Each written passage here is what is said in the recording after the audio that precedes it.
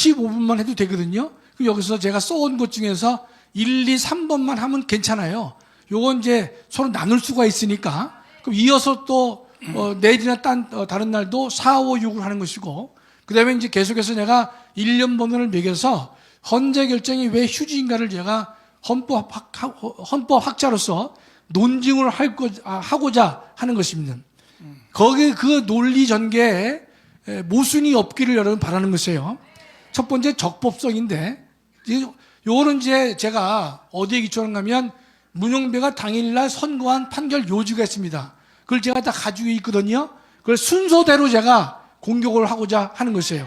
그래서 오늘 몇 가지만 제가 맛보기로 보여드릴 것입니다. 자, 다음 보시면 첫째 이런 말을 했어요. 여러분 좀 이제 법조문 얘기가 나오니까 지루하시더라도 조금만 참으세요. 그러니까 자, 읽어보겠습니다. 고위공직자의 헌법 및 법률 위반으로부터 헌법 질서를 수호하고자 하는 탄핵 심판의 취지를 고려하면 이 사건 계엄 선포가 여기부터예요. 이 계엄 선포가 고도의 정치적 결단을 요하는 행위라 하더라도 법률 또는 헌법이나 법률 위반 여부를 심사할 수 있다. 그게 뭔가 하면 대통령의 비상계엄이 고도의 정치적 결단이라 하더라도 심사할 수 있다는 거예요. 자, 여기서 우리가 뭘 할 수가 있냐면요. 뒤에서 제가 다시 설명하겠지만 고도의 정치 행위라고 한다면 심사를 해서는 안 된다고 논리가 이어져야 맞죠. 당연하지. 고도의 정치적 결단을 요하는 행위를 하더라도 그 위원을 심사할 수 있다라고 논리를 전개하는 것은 논리의 비약이다 이 뜻이에요. 그럼 이 문장은 어떻게 되어 오르냐? 다음이요. 비상계엄 선포는 첫째 고도의 정치적 결단에 해당하므로 비상계엄의 위헌 여부, 특히 상황 요건, 이 상황 요건은 뭔가 하면 전시, 사변, 기타 이에 준하는 국가 비상사태인가 아닌가를 말하는 거예요. 이게 상황 요건이에요. 그 비상계엄의 위헌 여부, 특히 상황 요건에 대한 사법적 심사가 자제되어야 하나.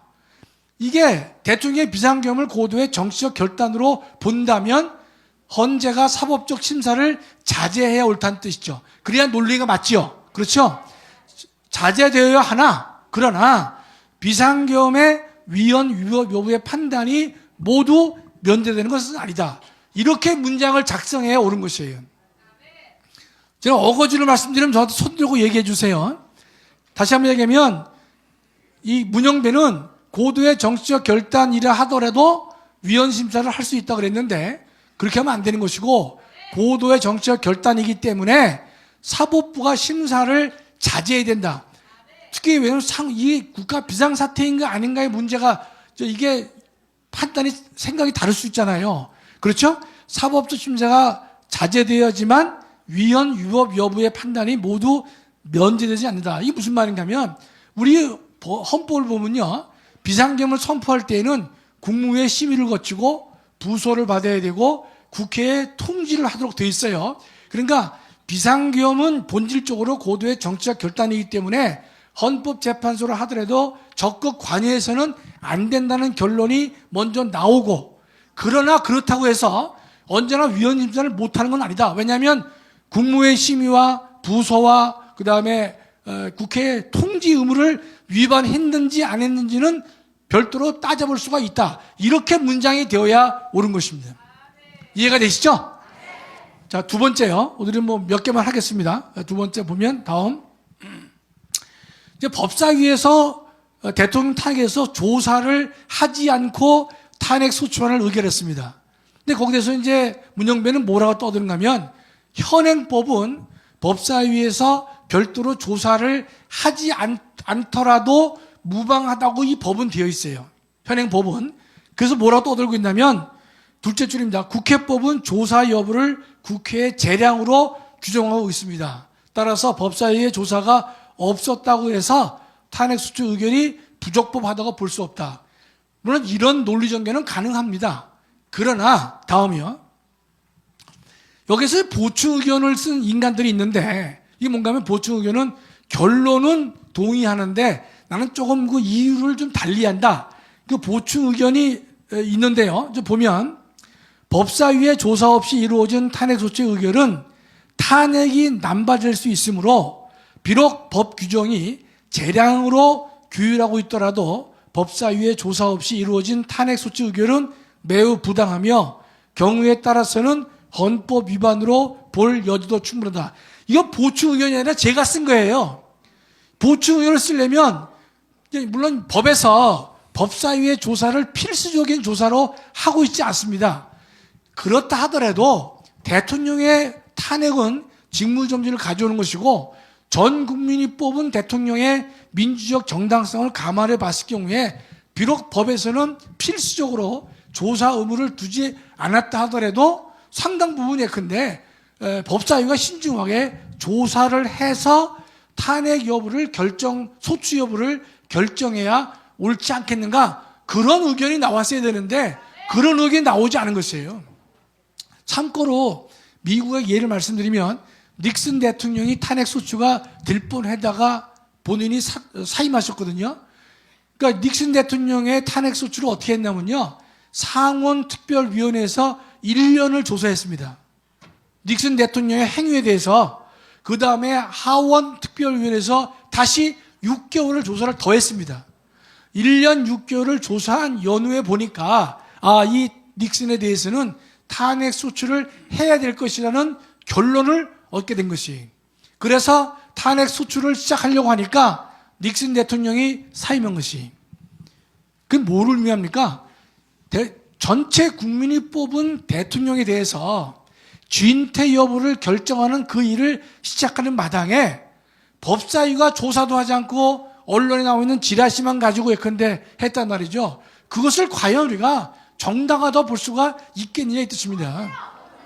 이거 받아들일 수 없는 것이죠. 따라서 제가 이 보충의원은 어떻게 나와야 되냐, 이런 보충의원이 나와줘야 된다는 것이에요. 비록 규정이 재량상으로 되어 있다 하더라도 법사위의 조사 없이 이루어진 탄핵소추는 매우 부당하며 경우에 따라서는 헌법 위반으로 볼 여지가 충분하다. 이런 의견이 거기서 개진돼야 되는데 이 재판관 이 인간들이 어느 한 놈도 이런 의견을 개진한 바가 없다는 것이에요. 아니 대통령 탄핵소추 의견을요, 여기 성북구죠. 성북구 구급 공무원 자르듯이 해요. 구급 공무원도 여러분 강력하게 신분 보장이 되거든요. 대통령에 대한 탄핵소추를 저렇게 쉽게 하고 있기 때문에 우리가 이걸 받아들이려도 받아들일 수가 없다는 것이죠. 자, 하나만 더 해보겠습니다. 예. 또 일사부재의 원칙에 위배된다고 우리가 여러 번 얘기를 했는데 이 헌법재판소는요 아주 지극히 법대 1학년 수준으로 이 판결문을 쓴 것이에요. 자, 보시면 418 첫째 줄입니다.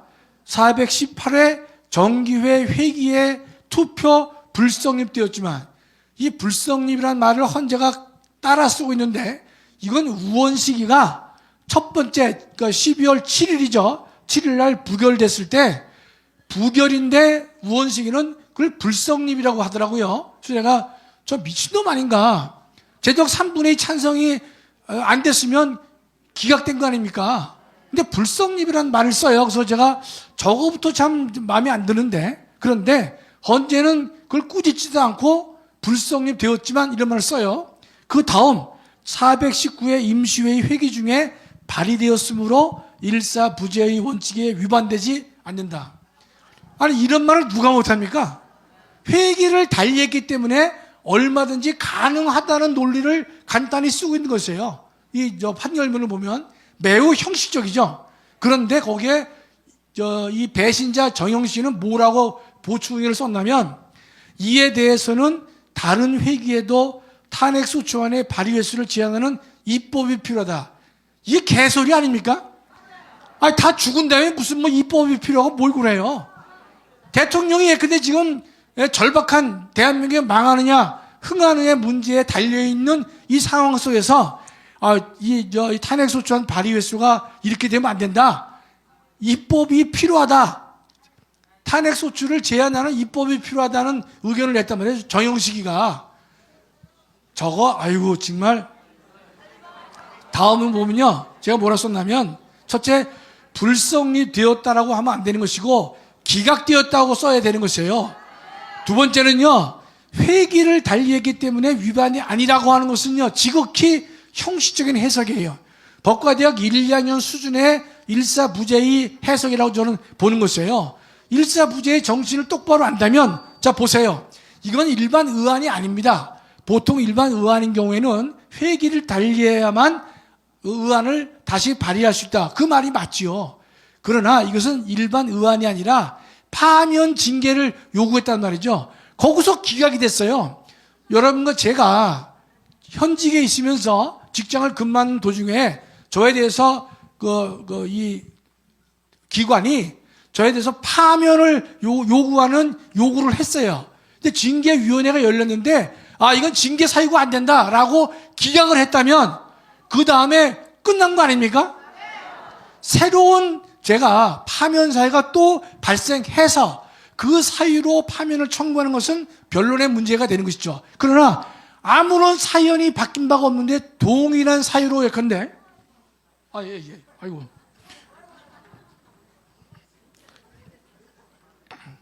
동일한 사유로 또 회기를 달리해서 탄핵소추를 다시 발의하고 오기로 했다. 이것은요, 일사부재의 정신에 어긋난다라고 봐야 되는 것이에요.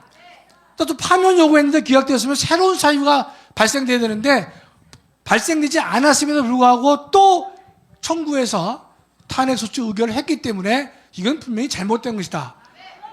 저희의 이 논리전개가 무리한 바가 없다는 뜻입니다.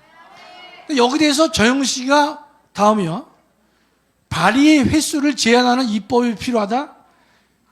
저런 죽일 놈? 이미 다 끝났잖아요. 예? 대통령 탄핵이 뭐 날마다 오는 일입니까? 실질적으로 보면 국가 존망의 위기 시에 저런 태도를 보이는 것은요, 정말 한심한 작태가 아닐 수 없는 것이에요. 저 말을 하니까 더 미운 거예요. 알려니 죽지. 무슨 유머 한마디 해도 돼요? 해. 뻗치는 대로 해버려. 아니, 의사가 제일 싫어하는 사람이 누군지 아세요? 알려니 죽지 하는 사람이에요. 병원에 안 가. 치과 의사가 싫어하는 사람 뭔지 아세요? 이 없으면 잇몸으로 살지. 산부인과 의사가 싫어하는 사람은요, 무자식 상팔자다. 한의사가 제일 싫어하는 사람, 보약이 밥이다. 밥이 보약이다. 예. 마지막으로 학원 강사가 제일 싫어하는 학생, 하나를 가르치면 열을 알아요.